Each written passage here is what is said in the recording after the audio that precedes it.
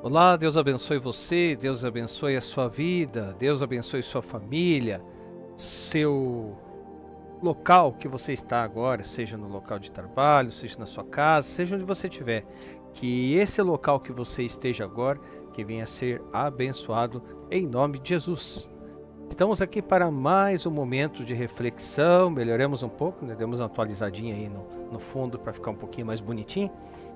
Com o tempo a gente vai pegando as mães, vai aprendendo aí, a cada vez ficar melhor aí as coisas. E já quero convidar você a estar se inscrevendo no nosso canal.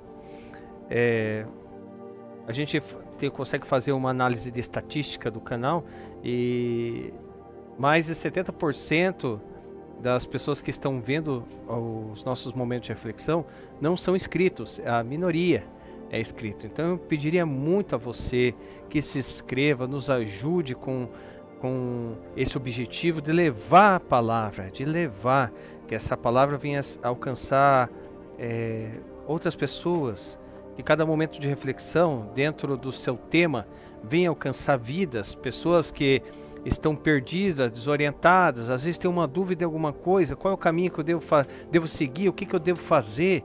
Então esse é o objetivo, dentro de temas específicos aí, e também para que a gente venha aprender cada vez mais. Eu estou aqui como um aprendiz, aprendendo com você que está acompanhando nossos vídeos. Então, peço a você muito uma força aí, em nome de Jesus, para que você venha estar se inscrevendo no nosso canal, compartilhando, comentando, sugestão de temas, reclamações, qualquer coisa, o que estiver aí dentro do seu coração, pode estar colocando aí nos comentários, que estão totalmente abertos aí para que você venha escrever aquilo que você querer.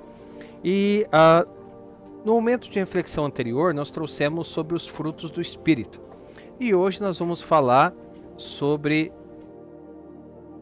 as obras da carne, que está lá em Gálatas 5, do 19 ao 21. Então vamos lá? Vamos ver o que a palavra tem para nos ensinar hoje? Então, as obras da carne. Vamos lá. Vivemos em uma geração em que muitos falam sobre liberdade, mas poucos entendem o verdadeiro significado da liberdade em Cristo. A carta de Paulo aos Gálatas foi escrita justamente para corrigir a distorção da graça e ensinar que a vida no Espírito é diferente da vida na carne. Assim como a árvore é conhecida pelos seus frutos, a carne também manifesta suas obras, e elas se opõem radicalmente à vontade de Deus. Então são duas coisas totalmente distintas. É algo que, vou usar essa palavra, que não caseia, que não tem liga, né? As obras da carne e os frutos do Espírito. Então vamos dar uma olhada lá no livro de Gálatas, capítulo 5, do 19 ao 21. Livro de Gálatas, capítulo 5, 19, 21.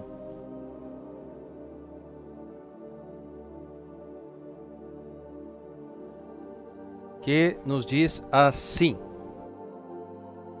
porque as obras da carne são manifestas, as quais são, adultério, fornicação, impureza, lascívia, idolatria, feitiçaria, inimizades, porfias, emulações, iras, pelejas, dissensões, heresias, inveja, homicídio, bebedice, glutonaria, até comer em excesso, e coisas semelhantes a estas, acerca das quais vos declaro, como já antes vos disse, que os que cometem tais coisas não herdarão o reino de Deus. Aí ele vai começar ali falando do fruto do Espírito, que é o tema anterior que nós trouxemos aqui e aprendemos bastante, né? Então vamos lá. Primeiro ponto, as obras da carne são manifestas. O apóstolo Paulo mostra que a carne não precisa ser ensinada a pecar. Ela não precisa nem ser instruída, preparada, não. Suas obras aparecem naturalmente, porque a carne ela está corrompida pelo pecado, que diz lá no livro de Romanos, capítulo 7, 18.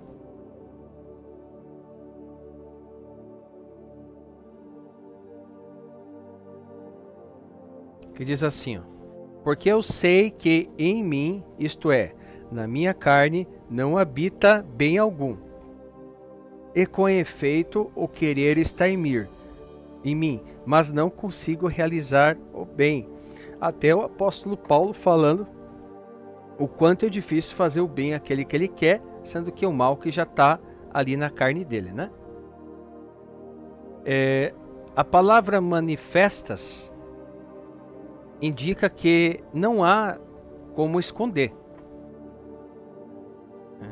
Não há como esconder.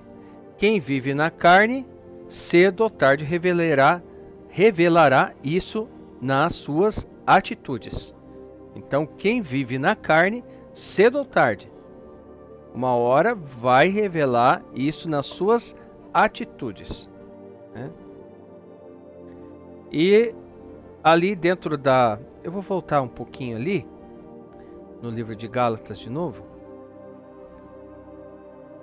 para a gente ir fazendo, olhando o que o texto está prescrevendo, para que a gente venha fazer um paralelismo ali com aquilo que o texto quer nos dizer.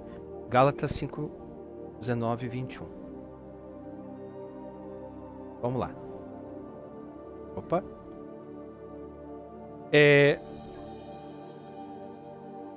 Então a palavra manifestas indica que não há como esconder. Quem vive na carne, cedo ou tarde, revelará isso em atitudes. Segundo ponto, categorias das obras da carne: imoralidade sexual, prostituição, impureza, lascívia, pecados contra o corpo. Esses são pecados contra o corpo, né?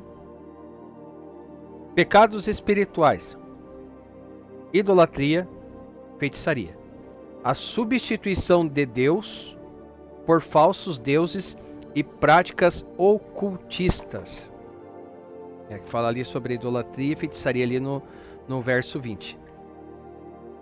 Então, a idolatria e a feitiçaria, ou seja, a substituição de Deus por falsos deuses e práticas ocultistas. Relacionamentos corrompidos: inimizades, porfias, ciúmes, iras, discórdias, dissensões, facções, invejas, pecados que destrói o quê? A comunhão. Coisas as quais que destrói a união.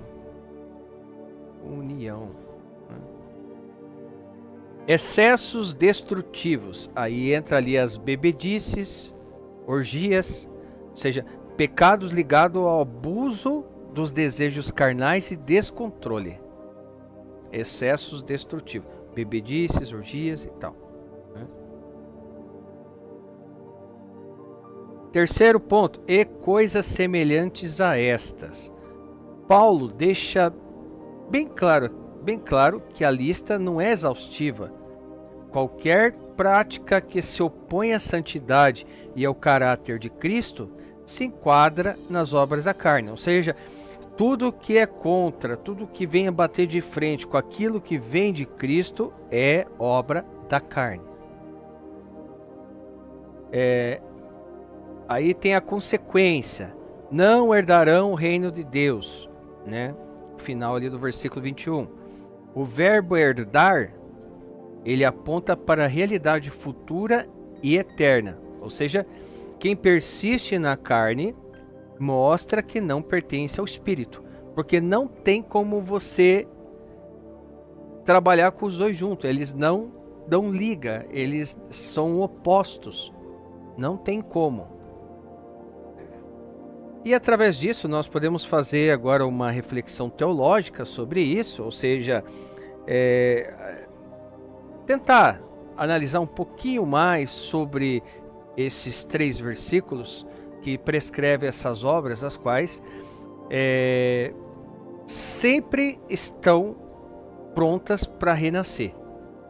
Há um ensinamento errôneo Pessoas dizem, não, você veio para Jesus, o velho, o homem morreu, foi, ficou nas águas, não volta mais. Aí tem um ponto, não volta mais se a gente tomar cuidado todos os dias, porque é 2 palitinhos para que o velho homem volta.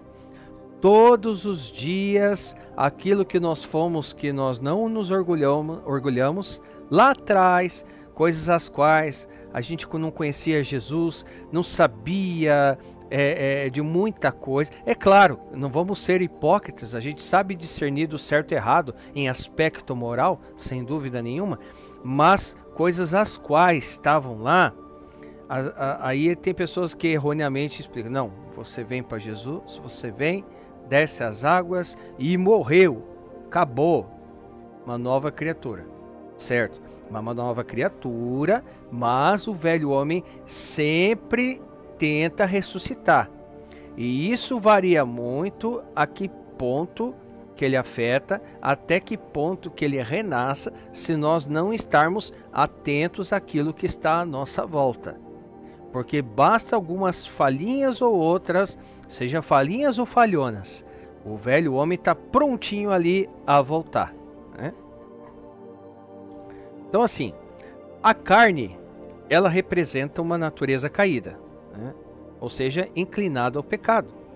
Andar na carne é viver segundo nossos impulsos naturais, sem submissão ou sem estar abaixo do Espírito Santo. Então, andar na carne é viver segundo nossos impulsos naturais, sem submissão ao Espírito Santo. O contraste, ou seja, ele está logo ligado a quê? Está logo no versículo seguinte, ali em Gálatas, capítulo 5, do 22 ao 23, que fala ali, né, dos frutos do Espírito, né? Ou seja, que apresenta o fruto do Espírito. Então, há uma divergência tremenda, tremenda. Olha, aqui você pode dar uma olhada para ver, a diferença é muito grande relacionado ao fruto do Espírito e à obra da carne. Ela é muita diferença, é exorbitante, não tem como ligar uma coisa com a outra, né? Então assim, o contraste nesse versículo 22 e 23 aqui, está dizendo referente ao Espírito, que apresenta o fruto do Espírito. Ou seja, a carne, ela produz obras que destroem. O Espírito gera fruto que edifica. Então, tudo que vai ser originado da carne, ele não vai trazer aquilo que o Espírito traz. Ou aquilo que o Espírito gera, né? Aqueles que são de Deus precisam escolher diariamente qual natureza ele alimenta, a carne ou o espírito, né?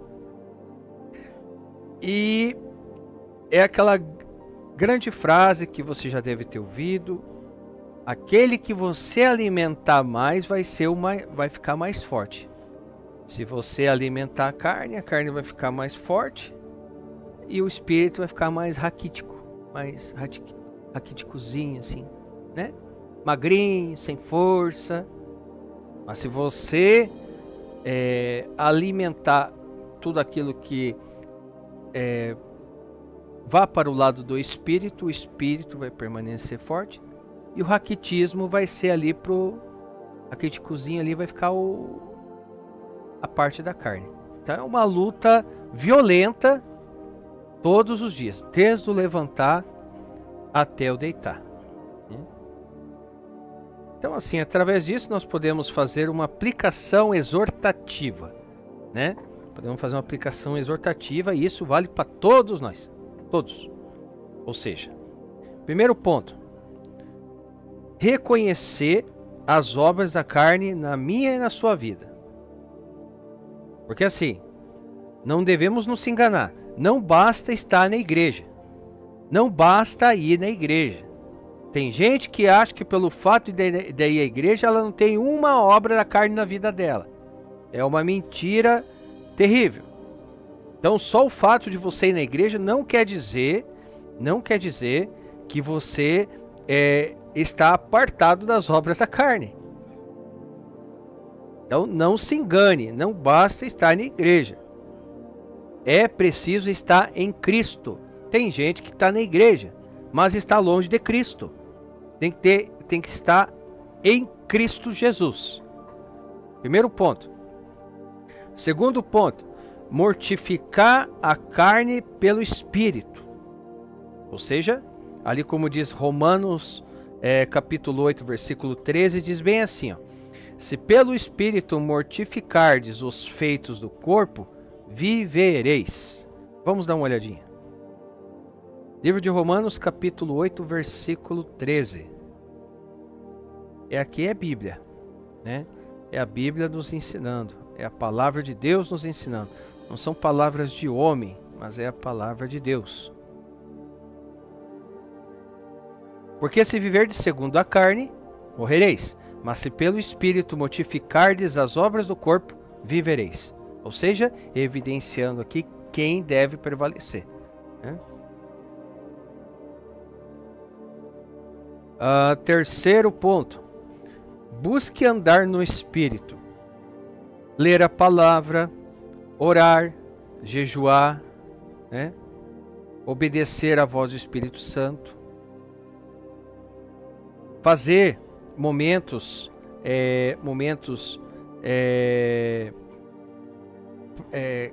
planejar momentos para cultuar o Senhor, né?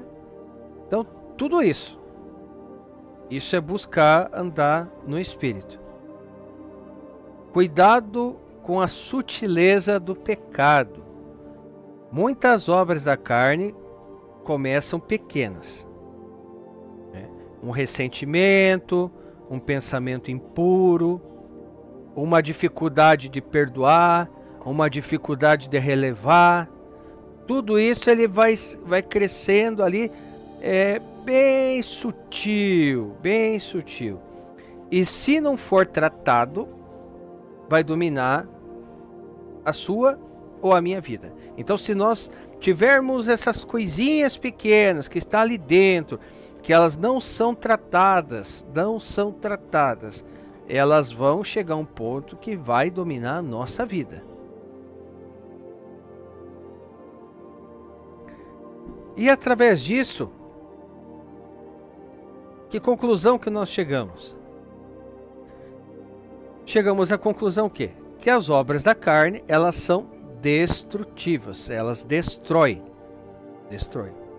Mas Jesus nos chama para uma vida transformada pelo Espírito.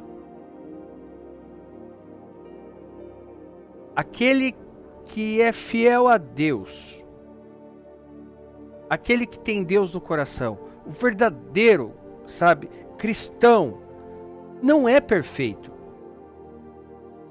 Não é, ninguém é perfeito. Eu digo, minha ótica, de repente você pode discordar, perfeito é só Cristo. Só Jesus. Jesus foi perfeito, é perfeito, né? Só que assim, por mais que a gente sabe que a gente não é perfeito, não podemos viver habitualmente nas obras da carne. Habitualmente, constantemente, né? Então assim, a diferença está no senhorio, aquele que governa a sua vida. Quem governa a sua vida? Aí vem uma pergunta: a carne ou o Espírito? Né? E através disso há um apelo referente às nossas vidas, para que a gente venha se examinar hoje. Porque assim, se alguma obra da carne tem dominado a sua vida, a minha vida, a vida de qualquer um, né? Isso tem que ser entregue ao Senhor. Entregue a Deus. Confesse as suas falhas a Deus. Confesse as suas falhas a Deus. Homens são falhos. Homens são imperfeitos. Deus é perfeito. Ele tem o poder de perdoar. Nenhum homem sobre essa terra não tem um respaldo bíblico que diz que um homem pode perdoar os pecados como se fosse Deus. Leia a Bíblia, desde Gênesis a Apocalipse, todos os versículos e capítulos, você não vai achar, não vai encontrar pessoas pedindo remissão pelos seus pecados para outras pessoas, como se fosse receber algo divino, ou seja, intermediadores. O único intermediador entre Deus e o homem é Jesus Cristo, não existe mais. Mas infelizmente, não é isso que na prática muitas das vezes acontece, né? Então, entregue, fale para Deus. Ele sabe o que você errou, Ele sabe o que você está errando, Ele sabe o que você está falhando, Ele sabe quando eu erro, quando eu falho. O segredo é ir até Cristo, ir até o Senhor e você pedir perdão aos seus pecados e tomar cuidado para que não venha cometê-los novamente. Graças ao nosso bom Deus, que a misericórdia dele é imensa. Porque se não fosse isso, nenhum de nós estaríamos aqui. Peça poder do Espírito para vencer, pois é só Ele nos liberta verdadeiramente. Só o Espírito, aquilo que vem do Espírito. Não adianta, a pessoa pode saber, ter a melhor eloquência do mundo, a pessoa pode falar da melhor forma, ela pode colocar e expor a opinião dela não é acima da palavra de Deus, a minha opinião não é acima da palavra de Deus, nenhuma perspectiva ou ótica de alguém pode ser maior do que a ótica de Deus. E onde nós vemos a ótica de Deus? Na palavra dele. E é através disso que nós viemos trazer, dentro desse momento de reflexão, aquilo que a palavra nos ensina, o que ela nos coloca como orientação sobre esse tema, as obras da carne. Então, é isso. Então, por hoje é só. Essa é a palavra a qual nós aprendemos hoje sobre as obras da carne. E aí está a responsabilidade na minha e na sua mão, né? Para que a gente venha estar atento a ver o que nós queremos alimentar mais. Se é aquilo que vai nos fazer chegar próximo de Deus, ou se é aquilo que vai nos afastar de Deus, né? É como eu sempre digo, Deus não nos criou só para acreditar nele, mas e sim para que a gente venha a ser, como diz a palavra, imitadores de Cristo. Por mais que não chegamos aos pés de Cristo, jamais, mas que venhamos a tentar agir como ele agiria. Não é fácil, mas que venhamos aprender cada dia mais gradativamente nesse ponto, né? Deus abençoe você, Deus abençoe sua vida. Se essa palavra falou com você, se ela fez você refletir, compartilhe. De repente você conhece pessoas que estão passando por algumas situações e de repente elas estão não sabendo como lidar. Nada melhor que a palavra de Deus para nos instruir o que devemos fazer e como devemos fazer. Tá bom? Compartilhe aí, o que você achou dessa palavra, comente aí, coloque aí nos comentários. E eu repito, sugestões de temas, coloque aí também que nós venhamos a trazer, para que nós venhamos a aprender cada dia mais. A palavra de Deus, ela se renova dia após dia, e ela é mais atual do que o jornal que vai sair amanhã.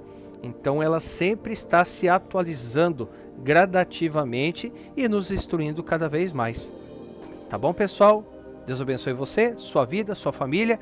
Que Deus venha derramar sobre a minha e sua vida muita sabedoria, entendimento, discernimento que vem da palavra, que vem de Deus, para que venhamos lutar cada vez mais contra todos aqueles males que nos assolam. Deus abençoe, fica com Deus e te aguardo no próximo momento de reflexão, se assim o nosso Senhor Jesus desejar. Deus abençoe.